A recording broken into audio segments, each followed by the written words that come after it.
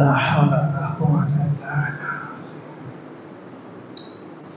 প্রায় 40-50-এর কাছাকাছি। এর ভিতরে ফজরের নামাজের সময় পরিবর্তন হয়নি, দু একটা মুসিয়ে দেখলাম সময় পরিবর্তন হয়েছে মনে হয়। গতকালকে আলোচনা গেছিল সূরা বাকারার 29 নম্বর আয়াত পর্যন্ত। আজকে শুধু 30 নম্বর আয়াতটা আলোচনা হবে, যে আয়াতের মধ্যে আল্লাহ তাআলা মানব জাতিকে কেন সৃষ্টি করছেন, কিভাবে সৃষ্টি করছেন এ সংক্রান্ত আলোচনা করছেন। আল্লাহ তাআলা বলেন, ওয়া ইয ক্বালা রাব্বুকা লিল মালাইকাতি ইন্নী জাঈলুন ফিল আরদি খলিফা। হে রাসূল, আপনি স্মরণ করুন যখন আপনার রব ফেরেশতাদেরকে বললেন, আমি জমিনে আমার খলিফা নিযুক্ত করতে চাইতেছি। মূল ইতিহাসটা কি? ইতিহাসটা হলো, এই পৃথিবীর বুকে আল্লাহ তাআলা মানব জাতির আগে জিন জাতিকে পাঠাইছিলেন, আর জিন জাতির আগে ফেরেশতাদেরকে পাঠাইছিলেন।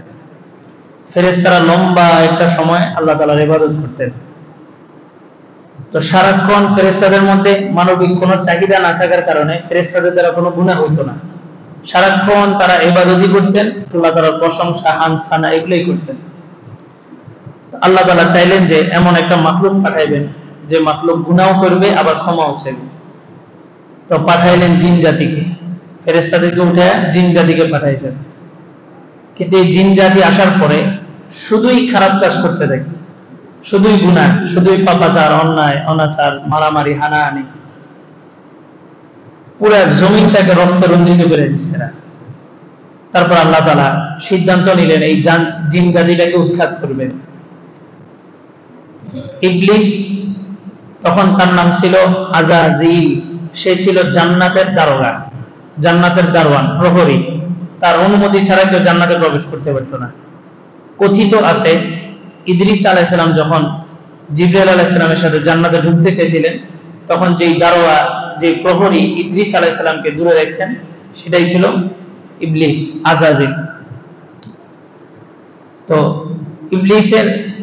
ইবলিসকে আল্লাহ তাআলা ফেরেশতাদের একটা টিম দিয়া দুনিয়াতে পাঠাইছেন এই জিন জাতির সাথে যুদ্ধ করার জন্য। তো সে পৃথিবীতে আসছে, ফেরেশতাদের একটা টিম নিয়ে আসছে, আর সবচেয়ে শক্তিশালী মাখলুকের মধ্যে হচ্ছে মাখলুক ফেরেশতা। এরা এসে জিন জাতির সাথে যুদ্ধ করে জিন জাতিকে সমুদ্রের অতল গভীরে উঠায় দিয়েছে, বন্দী করে ফেলেছে সমস্ত জিন্নাতকে। তো ইবলিস আযাযিল সে মূলত জিন ছিল, কিন্তু তার আমল এই পরিমাণ ছিল যে তার স্থান হয়ে গেছে ফেরেশতাদের সাথে, এবং তার ইলম এই পরিমাণ ছিল, একটা কিতাবের মধ্যে আসছে 7.5 লক্ষ বছর সে ফেরেশতাদেরকে ইসলাহি বয়ান করত। আমাদের এখানে যেরকম মাসিক ইসলাহি বয়ান হয়, ইবলিসের ইলম এই পরিমাণ ছিল যে সে ফেরেশতাদেরকে ইসলাহি বয়ান করত। তো ইবলিস যখন জিন্নাতদেরকে তাড়ায় দিছে, পৃথিবী বিজয় করছে, তখন আল্লাহ তাআলা ইবলিসকে দুইটা পুরস্কার দিয়েছেন, দুইটা নদী, ফুরাত এবং বজরা। একটা প্রবাহিত হইত পশ্চিমে, আর একটা প্রবাহিত হইত পূর্বে। ইবলিস দেখলো যে সে বিজয়ী, সে জিন জাতির সাথে যুদ্ধ করে এদেরকে পরাজিত করছে, পরাস্ত করছে, এবং আল্লাহর পক্ষ থেকে বিশেষ একটা পুরস্কার পাইছে।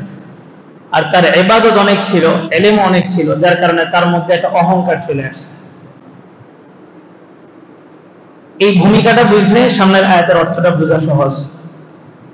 আল্লাহ তাআলা যখন বলছেন আমি আমার খলিফা নিযুক্ত করব, মাত্রই জিন জাতিকে তাড়ায় পৃথিবীটাকে পরিষ্কার করছেন, পরিষ্কার করেই আল্লাহ তাআলা ঘোষণা দিলেন আমি আমার খলিফা নিযুক্ত করব। তো ফেরেশতারা বললেন, ক্বালু আতাজালু ফিহা মান ইউফসিদু ফিহা ওয়া ইয়াসফিকুদ দিমা। এর আগে তো মানুষকে সৃষ্টি করা হয় নাই, তাহলে ফেরেশতা কেন বলল যে এমন এক মাখলুককে আপনি আবার সৃষ্টি করতে চাইতেছেন যারা জমিনের মধ্যে যা ফিতনা ফাসাদ করবে, ওয়া ইয়াসফিকুদ দিমা, রক্ত প্রবাহিত করবে। মূল ঘটনা হচ্ছে ওই যে জিন জাতিকে তো মাত্র তারা শেষ করছেন। তো জিন জাতিকে আপনি যখন সৃষ্টি করছেন তখন বলছিলেন আপনার খলিফা, তো তারা দুনিয়াতে যা ফিতনা ফাসাদ করছে, রক্ত প্রবাহিত করছে, এখন আবার আপনি বলতেছেন আপনি আপনার অধীনস্থ খলিফা তৈরি করবেন। আর আপনার কি দরকার? আপনার তো ইবাদত আর প্রশংসা দরকার। নাহনু নুসাব্বিহু বিহামদিকা ওয়া নুকদ্দিসু লাক, সকালেও আমরা আপনার তাসবিহ পাঠ করি, বিকালেও আমরা আপনার পবিত্রতা বর্ণনা করি। আল্লাহ তাআলা কি বললেন? ইন্নী আ'লামু মা লা তা'লামুন, আমি এমন একটা জিনিস জানি যেটা তোমরা জানো না। আল্লাহ তাআলা কোন জিনিস জানতেন? ওই যে ইবলিসের মনের মধ্যে যে অহংকার, আল্লাহ তাআলা ওইটা জানতেন, এটা ফেরেশতারা জানতো না। তো আল্লাহ তাআলা ওই ইবলিসের অহংকারকে দূর করার জন্যই, ইবলিসের অহংকারকে চূর্ণ বিচূর্ণ করার জন্য আল্লাহ তাআলা মানব জাতিকে সৃষ্টি করেছেন। আল্লাহ কি করলেন? ইবলিসকে ডাকলেন ফেরেশতাদের মাধ্যমে, ডাইকা বললেন যে তাকে বলো সে যেন পৃথিবীতে যায়, 7টা পাহাড়ের থেকে মাটি নিয়ে আসে, আমি মানুষ সৃষ্টি করব। ইবলিস পৃথিবীতে আসছে, আইসা মাটিগুলোকে জমাট করছে, সবগুলো মাটি নিচে নিয়ে জমাট করছে। এখানে একটা বই আছে, জিন ও ফেরেশতার ইতিহাস, পাঠাগারে বাংলা আছে, এটার মধ্যে ইতিহাসগুলো টানা আছে। ইবলিস এই মাটি, দলা মাটি যেটা, এটা সে মুখে ঢুকাইছে, পিছনের রাস্তা দিয়ে বের করছে, মানে এটাকে তুচ্ছ তাচ্ছিল্য করার জন্য। আদম আলাইহিস সালামের যে মাটিটা, সে 7 বার এই কাজটা করছে, মুখে দিয়ে ঢুকাইছে, পিছন দিয়ে বের করছে, মানে এটাকে যত ধরনের তুচ্ছ তাচ্ছিল্য করা যায়।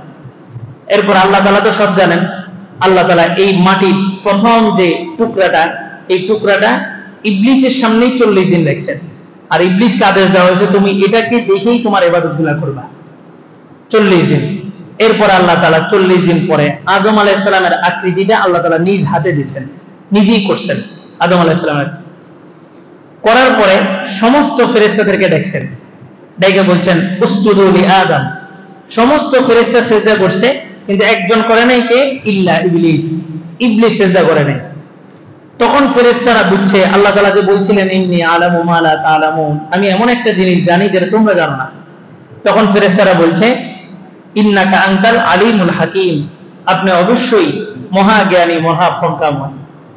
কারণ স্বভাবজাত পৃথিবীতে আর কোনো ফিতনা ফাসাদ নাই, আর ফেরেশতাদের কাজ হচ্ছে সারাক্ষণ আল্লাহ তাআলা জিকির করা, তাহলে আলাদা মানুষ তৈরি কেন করবে? ফেরেশতাদের প্রশ্নটা আসলে যৌক্তিক।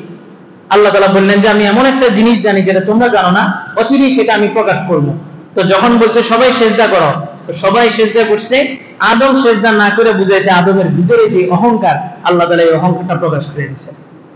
তো আদম আমাদের কারণেই বিতাড়িত হয়েছে, আমাদের কারণেই সে এত সম্মানী একটা জায়গা থেকে এত অধঃপতনে নেমেছে।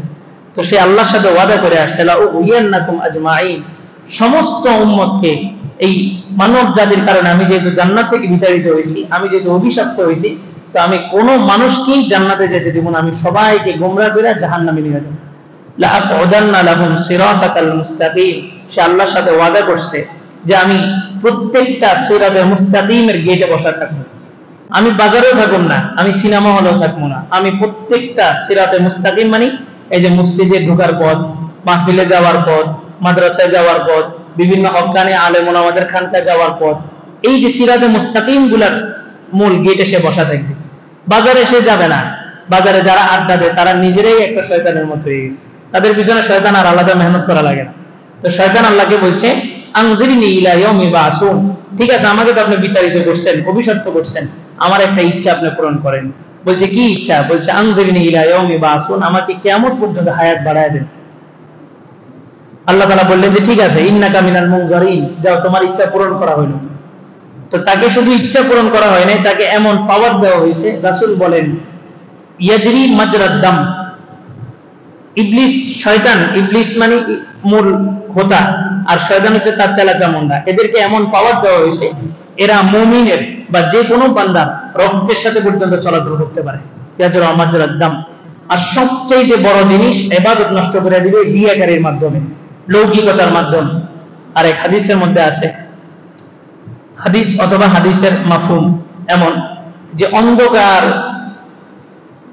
একদম ঘোর কালো আমানিশা অন্ধকার, অমাবস্যার রাতের অন্ধকারে একটা পাথরের উপরে একটা পিপিলিকার হাঁটা, তার পাগুলো যতটা অস্পষ্ট, মানুষের আমলের মধ্যে তার যে রিয়া আসে এটা তার চেয়ে তো গভীর, তার চেয়ে তো অস্পষ্ট, বুঝেই যাবে না। আর রিয়া এটা একটা শিরক। আহমদুল্লাহ সাহেব বয়ানে বলছেন যে শিরকুন খাফি, শিরক 2 প্রকার, একটা হচ্ছে বড় শিরক আর একটা হচ্ছে গোপন শিরক। এই গোপন শিরক একটা হচ্ছে মনের, ইবাদত করতেছি আমার লৌকিকতা, মানুষকে দেখানো, বক্তব্য দিতেছি আমার লৌকিকতা, মানুষকে দেখানো, নামাজ পড়তে আসতেছি আমার লৌকিকতা, মানুষকে দেখানো, হজ করতে যেতেছি আমার লৌকিকতা, মানুষকে দেখানো, দান করতেছি সেখানেও আমার লৌকিকতা, মানুষকে দেখানো। কি হইতেছে? দুনিয়াতে কিছুই না, আপনি যে কষ্ট করে নামাজ পড়ছেন একজনকে দেখানোর জন্য, দুনিয়াতে আপনার কি হইলো? কষ্ট হইলো, কোনো বিনিময় তো সে আপনাকে দেয় নাই। আর আখিরাতে এটার বিনিময় তো পাবেন না, বরঞ্চ এটা শিরকের কাতারে আইসা আপনার জাহান্নামে যাওয়ার জন্য যথেষ্ট হয়ে যাবে। আল্লাহু আকবার। তো ফেরেশতা সবাই সিজদা করছে, সিজদা করে নাই আদম। আর তখনই ফেরেশতারা বুঝতে পারছে যে আল্লাহ তাআলা কেন মানব জাতিকে সৃষ্টি করছেন। এরপর আল্লাহ তাআলা বলেন, ওই জিন জাতিকেও আমি সৃষ্টি করছি, মানব জাতিকেও সৃষ্টি করছি, ওমা খালাকতুল জিন্না ওয়াল ইনসা ইল্লা লিয়াবুদুন, একমাত্র শুধু আমার ইবাদত করবে। এখন প্রশ্ন আসতে পারে যে আমরা সারাক্ষণ যদি আল্লাহর ইবাদত করি আমরা খামু কি? আমাদের বিবি বাল বাচ্চা পালবে কি? তা আল্লাহ তাআলা ওটাও বলে দিয়েছেন, নাহনু নারযুকুকুম ওয়া ইয়াকুম, তোমাদের রিজিকের ব্যবস্থাও আমার হাতে, তাদের রিজিকের ব্যবস্থাও আমার হাতে। রাসূল বলেন, আলা ইন্নামাদ দুনিয়া খুলিকাত লাকুম ওয়া ইন্নামা খুলিকতুম লিল আখিরাহ, দুনিয়ার প্রতিটা ইঞ্চি, প্রতিটা জায়গা, প্রতিটা বস্তু, প্রতিটা গাছপালা, নদী, নালা, পাহাড়, পর্বত, যা কিছু আছে, যত ধরনের যত পশু পাখি হইতে পারে, সব কিছু শুধুমাত্র সৃষ্টি করা হয়েছে মানব জাতির জন্য। তাহলে মানব জাতিকে কেন সৃষ্টি করা হয়েছে? ওয়া ইন্নামা খুলিকতুম লিল আখিরাহ, আর তোমাদেরকে কেবলমাত্র সৃষ্টি করাই হয়েছে আখিরাতের জন্য। এই জন্য আমরা শ্বাস নিতেছি, অক্সিজেন নিতেছি, চিন্তা করতেছি না যে আরেকটা অক্সিজেন কোথা থেকে আসবে। আমাদের বিশ্বাস আছে যে আল্লাহ তাআলা আমাদের জন্য পুরো পৃথিবীর খালি যে স্পেস বলা হয়, যে আমি মনে করেন এই পুরো পৃথিবীর মাঝখানের জায়গাটা হচ্ছে বাতাস। আমি এই যে হাতটা এভাবে টান দিলাম, এখানে ঠান্ডা লাগছে, আর এই যে টান দিছি এই মাঝখানে কিন্তু কি হয়ে গেছে? বাতাস ফাঁকা হয়ে গেছে, স্পেস। এই সবগুলো জায়গা আল্লাহ তাআলা আমার জন্য অক্সিজেন তৈরি করে রাখছেন। আমার এতটাই বিশ্বাস যে আমি যেখানে যাবো আমার জন্য আল্লাহ অক্সিজেন তৈরি করে রাখছেন। অথচ আল্লাহ তাআলা অক্সিজেনের যেমন গ্যারান্টি নিছেন, আমার রিজিকের গ্যারান্টিও আল্লাহ তাআলা তেমনি ভাবে নিছেন, কিন্তু এটা আমার বিশ্বাস হয়। এই কারণে আমি নামাজ কাজা করতেছি ওই রিজিকের পিছনে। রিজিক আমাকে আল্লাহই দিবেন। হাদিসের মধ্যে আছে, বান্দা যতটা রিজিকের পিছনে দৌড়ায়, রিজিক তার চাইতে দ্বিগুণ বান্দাকে খুঁজে। এই জন্য যেখানেই থাকি আল্লাহ তাআলার ইবাদত আমাদের মূল উদ্দেশ্য। খানা খেতে যাব, সেখানেও আল্লাহ তাআলার ইবাদত। খানাটা খাইলে, খানা আমি বামাত দিয়ে খাইলাম, কি হইলো? আমার পেট ভরছে, কিন্তু সুন্নত আদায় হয়নি। কিন্তু আমি যদি ডান হাত দিয়ে খাই, সুন্নত আদায় হইলো, খানাটা খাওয়াটাও ইবাদত হইলো, আমার পেটও ভরে গেল। ঘুমাইতে গেলাম, ঘুমটা যদি সুন্নত তরিকায় ঘুমাই, সারা রাত ঘুমাইছি, কিন্তু আমার আমল নামায় ইবাদত হিসেবে লেখা হবে যদি আমি সুন্নত তরিকায় ঘুমাই। এই জন্য আমাদের প্রতিটা মুহূর্ত, কারোর সাথে সাক্ষাৎ করতে যেতেছি, সারাক্ষণ ব্যবসায় বসে আছি, ব্যবসাটাও আমরা সুন্নত তরিকায় করব। তো দেখা গেছে সকাল থেকে রাত 10টা পর্যন্ত আমি ব্যবসা করছি, কিন্তু আখিরাতে যায় দেখবো যে সকাল থেকে রাত 10টা পর্যন্ত আল্লাহ তাআলা আমার আমল নামায় নফল নামাজের সওয়াব দিয়ে দিয়েছে, ওই যে সুন্নত তরিকা হওয়ার কারণে। এই জন্য প্রতিটা জিনিস, প্রতিটা কাজ, মসজিদে আসা, মসজিদেরও কিছু সুন্নত আছে, মসজিদে ঢুকতে বের হইতে সব জায়গায় আমরা সুন্নতের অনুসরণ করব। তো দেখা যাবে আল্লাহ তাআলা আমাদেরকে যে উদ্দেশ্যে সৃষ্টি করছেন ওই উদ্দেশ্যটা হাসিল হয়ে যাবে। মাঝখানে আমার খাওয়া হইলো, ঘুমানো হইলো, বিবাহ শাদী হইলো, ঘুরাঘুরি হইলো, সবকিছু হইলো, আবার আখিরাতেও আমার কামাই হয়ে গেল। আল্লাহ তাআলা আমাদেরকে বুঝার, আমল করার তৌফিক দান করুন।